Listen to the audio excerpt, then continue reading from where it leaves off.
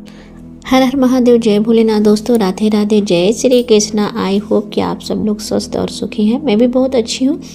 तो फ्रेंड्स, आज हम बात करेंगे कि जो हम नित्य की यानी जो प्रतिदिन पूजा करते हैं सुबह और शाम, जाने अनजाने में हम बहुत सी गलतियां कर जाते हैं जो हमें पता नहीं होता है। इससे क्या होता है कि हम पूजा पे पूजा करते जाते हैं और हमें जो है कोई भी फल नहीं मिलता है।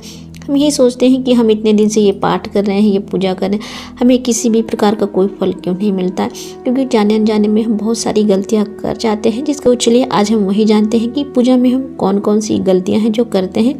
गलतियां छोटी सी हैं जो हम नहीं जानबूझ कर करते हैं, लेकिन अनजाने में वो हो जाए। फर्स्ट नंबर पर है आसन। जब हम पूजा करते हैं तो सबसे पहले आसन डालते हैं बैठने के लिए, क्योंकि बिना आसन लगाए पूजा नहीं की जाती। तो सबसे पहले हम आसन डालते हैं यानी आसन को बिछाते हैं।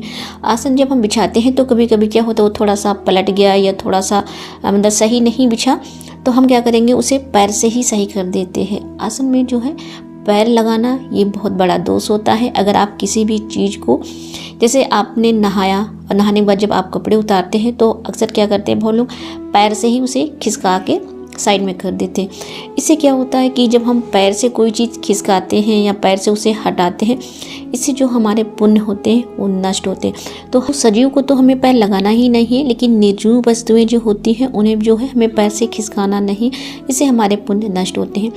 नंबर सेकंड पे है आचमन। बिना आचमन के जो है हमें पूजा नहीं करनी चाहिए, क्योंकि बिना आचमन के जब हम पूजा करते हैं, कोई जाप करते हैं, कोई पाठ करते हैं, वो जो है हमें नहीं लगता है, क्योंकि हमारा मुख जब तक शुद्ध नहीं होगा हमारी पूजा हमें नहीं लगेगी। नंबर थर्ड पे है पूजा के पहले जो है यानी सबसे पहले जब आप पूजा स्टार्ट करेंगे, सबसे पहले जो हमें सूर्य नारायण को जल अर्पित करना है।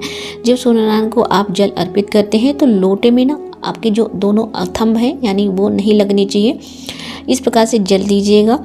और दूसरी बात जो है, आप किसी भी देवी देवताओं को, जैसे आप मंदिर गए शिवलिंग में जैसे शंकर भगवान को जल अर्पित करते हैं, तभी जो है उस लोटे में अंगूठा नहीं लगना चाहिए। नंबर थर्ड पे ये हो गया।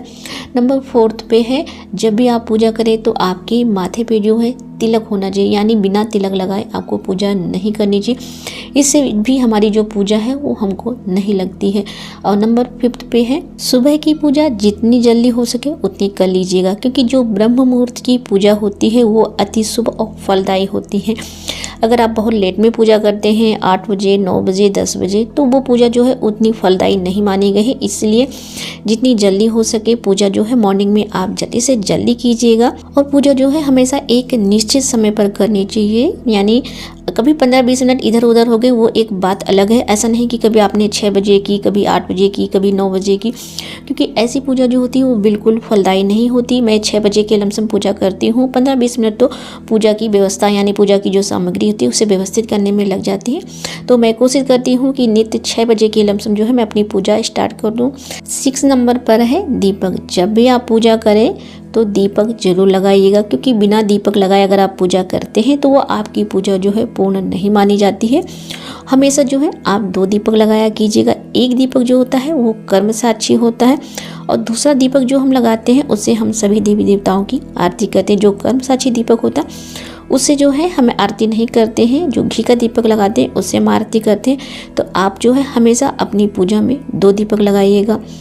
और 7 नंबर पे है कि जब हम दीपक लगाते हैं या धूप बत्ती लगाते हैं उसके बाद जो है हम अपने हाथ नहीं धोते हैं। 99% लोग ये गलती करते हैं कि दीपक आपने लगाया या धूप बत्ती आपने जलाई तो आप जो है अपना फिर हाथ नहीं धुलते। इससे क्या होता है, हमारी पूजा जो है हमें नहीं लगती है।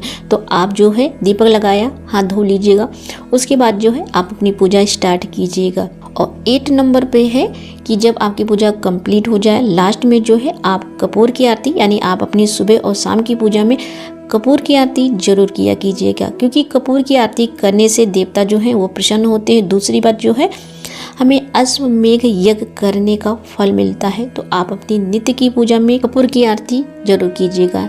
9 नंबर पर है कि जब आप पूजा कर लेते हैं तो प्रदक्षिणा कीजिएगा और भगवान से जो है क्षमा प्रार्थना जरूर किया कीजिएगा, क्योंकि हम कोई भी पूजा पाठ करते हैं उसमें जो है जाने अनजाने में बहुत सारी गलतियां हो जाती हैं। तो क्षमा प्रार्थना जरूर कीजिएगा। और लास्ट में यानी 10 नंबर पर है। जब पूजा आपकी पूरी हो जाए, अब आप आसन से उठने वाले हैं, तब आप क्या करेंगे, उठने से पहले आसन के नीचे थोड़ा सा जल डालेंगे और उस जल को जो है लेना है और अपनी आँखों के ऊपर लगाना है। लगाते हुए क्या बोलना है, ओम शक्राय नमः, ओम इंद्राय नमः। इस प्रकार से जब आप करेंगे तो जो आपने पूजा की है उसका पूर्ण फल जो है आपको मिलेगा। अगर आप ये नहीं करते हैं तो आपकी जो पूजा है, आपने जो पूजा की उसका पूर्ण फल आपको नहीं मिलता है, इंद्रदेव ले जाते हैं। तो ये जो है जरूर किया कीजिए, इससे जो है आपकी पूजा का पूर्ण फल आपको मिलेगा। इसके बाद जो है आसन से उठकर आसन को तहाकर पैर छूकर रख दीजिएगा। यानी जब आप आसन को बिछाते हैं पूजा से पहले, तब पैर यानी पहले आसन को शुद्ध कर पैर छुएंगे, तब उसके ऊपर बैठेंगे। और जब आसन को आप तहाकर रखते हैं तब आपको फिर से पैर छूना है। तो इस प्रकार से जो है फ्रेंड्स, ये छोटी छोटी गलतियां जो है हम अपनी नित्य की पूजा में करते हैं। तो इन छोटी छोटी गलतियों को आप थोड़ा सा ध्यान रखिएगा, तो आपकी जो पूजा होती है पूर्ण रूप से आपको ही प्राप्त होगी। तो फ्रेंड्स, आई होप कि आज का ये वीडियो आपको ज़रूर पसंद आएगा। पसंद आए तो प्लीज़ एक लाइक ज़रूर कीजिएगा, क्योंकि आपका एक लाइक मुझे मोटिवेट करता है कि मैं इसी तरह से और अच्छे अच्छे वीडियो आपके लिए लेकर आऊँ। तो फ्रेंड्स, फिर मिलती हूँ इसी प्रकार से एक नए वीडियो के साथ। हर हर महादेव।